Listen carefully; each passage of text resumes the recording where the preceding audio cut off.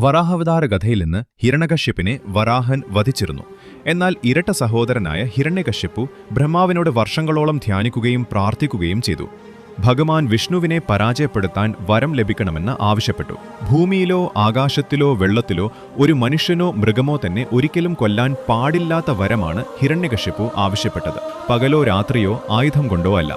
വിഷ്ണുവിന്റെ എല്ലാ ക്ഷേത്രങ്ങളും അദ്ദേഹം നശിപ്പിച്ചു. ദേവലോകം കൊള്ളയടിച്ച് ഇന്ദ്രനെയും മറ്റ് ദേവന്മാരെയും അദ്ദേഹം ഓടിച്ചു. തന്റെ കൽപ്പനകൾ പാലിക്കാത്ത ആളുകളെ അദ്ദേഹം ശിക്ഷിക്കുകയും കൊല്ലുകയും ചെയ്തു. ഹിരണ്യകശിപ്പുവിന്റെ ഭാര്യ അവരുടെ കുഞ്ഞിനെ പ്രസവിക്കാൻ പോകുകയായിരുന്നു. പക്ഷേ മറ്റൊരു അസുരന്റെ ജനനം തടയാൻ ഇന്ദ്രൻ കുട്ടിയെ കൊല്ലാൻ ആഗ്രഹിച്ചു. എന്നാൽ നാരദൻ അത് തടഞ്ഞു. കുട്ടിയെ സ്വയം പരിപാലിക്കാമെന്ന് വാഗ്ദാനം ചെയ്തു.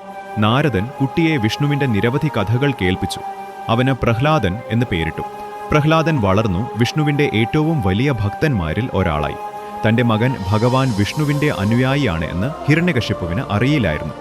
പ്രഹ്ലാദൻ സ്കൂളിൽ നിന്ന് നേടിയ അറിവുകളെക്കുറിച്ച് ചോദിച്ചപ്പോൾ പ്രഹ്ലാദൻ ഭഗവാൻ നാരായണന്റെ പ്രീതിയിൽ പാടുകയും നൃത്തം ചെയ്യുകയും ചെയ്തു.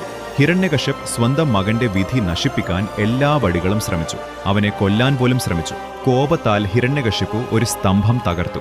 അതിൽ നിന്ന് മനുഷ്യനോ മൃഗമോ അല്ലാത്ത ഒരു ദേവൻ പ്രത്യക്ഷപ്പെട്ടു.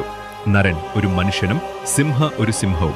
നരസിംഹം ഉഗ്രമായ കണ്ണുകളും മൂർച്ചയുള്ള നഖങ്ങളും ഗർജനവുമായി മുന്നിൽ പ്രത്യക്ഷപ്പെട്ടു. ഹിരണ്യകശിപുവിനെ പാപപൂർണമായ ജീവിതത്തിൽ നിന്ന് മോചിപ്പിക്കാൻ ഭഗവാൻ വിഷ്ണുവിന്റെ അവതാരമായിരുന്നു നരസിംഹം.